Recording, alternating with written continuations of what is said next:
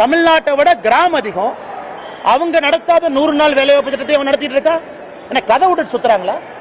அப்ப யாரு பேர்ல நீ போலி கணக்கு எழுதுற? யூபியில 23 கோடி மக்கள், 24 கோடி. யூபியில 38,687 கோடி. தமிழ்நாட்டில் 8.5 கோடி மக்கள் தொகை. தமிழ்நாட்டில் எவ்வளவு காசு வாங்கியிருக்காங்க? 39,338 கோடி. இதை கனிமொழி அக்கா பார்லிமெண்ட்ல பேச மாட்டாங்களா? நான் டேட்டா உங்களுக்கு இப்ப முடிச்சோன்னே கொடுக்குறேன், டேபிள் போட்டு.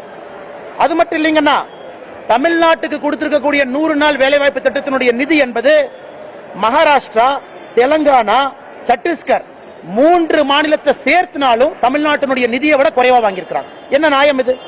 அதுக்கு அடுத்தது பாருங்க, மொத்த கிராம பகுதி மக்கள் தொகை. கிராம பகுதி மக்கள் தொகை அக்கா கேட்பாங்க, இந்து அக்கா, அண்ணே நீங்க இப்படிலாம் சொல்லக்கூடாது, கிராம பகுதி ப்ரொபோர்ஷனேட் சொல்லுங்க. ஆந்திரால கிராம பகுதி மக்கள் தொகை பீகார்ல 9%, மத்திய பிரதேசல 5%, உத்தரப்பிரதேசல 15%, தமிழ்நாட்டில் 3.7 கோடி. 8.5 கோடியில 3.7 கோடி.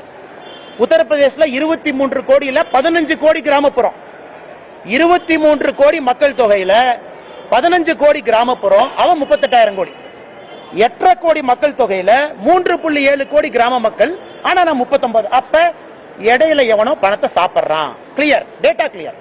அப்ப இடையில எவன் பணத்தை சாப்பிடுறான் இப்ப தொலைட்டு இருக்கும்.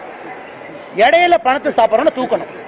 இந்த போலி கணக்கு, வராதவங்க பேர்ல கணக்கு, திமுக கூட்டத்துக்கு குரூப்பா கூட்டிட்டு போய் கணக்கு, அதெல்லாம் 100 நாள் வேலை வாய்ப்பு திட்டம், பஸ்ல கூட்டிட்டு போறது, அதெல்லாம் மாட்டி டாஸ்மார்க் ஊழலை விட மிகப்பெரிய ஊழலாக தமிழ்நாட்டில் 100 நாள் வேலை வாய்ப்பு திட்டம் மிகப்பெரிய ஊழலா இருக்கும். ஆனா இதுல திமுகவுடைய பஞ்சாயத்து பிரசிடென்ட் ஜெயிலுக்கு போவான். அவங்க எல்லாம் கட்டி வைக்கணும்னா திகார் மாதிரி 4 ஜெயில் கட்டணும். கோயம்புத்தூர் பஞ்சாயத்து பிரசிடென்ட்ல இதுல ஏறு, இந்த ராமநாதபுரத்துக்காரன்லாம் இதுல போ, இந்த பக்கமெல்லாம் இங்க போ, சென்னைக்காரன்லாம் இங்க வந்துரு.